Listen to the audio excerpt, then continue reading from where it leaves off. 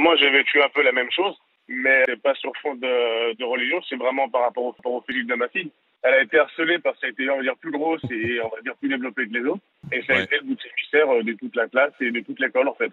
Et ça s'est terminé comment? On a fait au moins une dizaine de plaintes.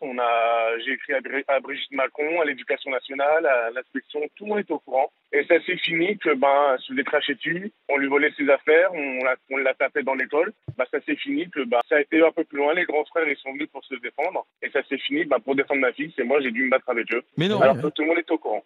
Ah oui. Vous avez dû en venir aux mains? Ah, bien sûr. Bien sûr. Et j'espère qu'au moins personne n'a porté plainte contre vous, parce que vous savez... Ah si. Moi j'étais en garde à vue, pareil, sauf que la personne à qui j'ai eu l'altercation est mineure, avait moins de 16 ans, donc lui a été relaxé.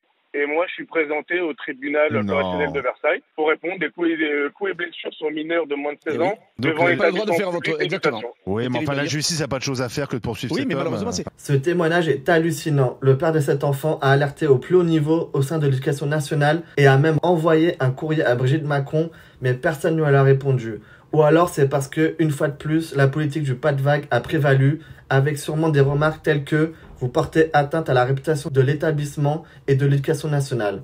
Le père, désespéré et sans aucun soutien, a dû se faire justice lui-même, mais au final, cela lui est retombé dessus. Je ne suis même pas étonné par cette situation. Ce genre de témoignage où une personne cherche à rendre justice elle-même et se retrouve finalement poursuivie en justice démontre à quel point le système judiciaire français est totalement dépassé et à l'ouest.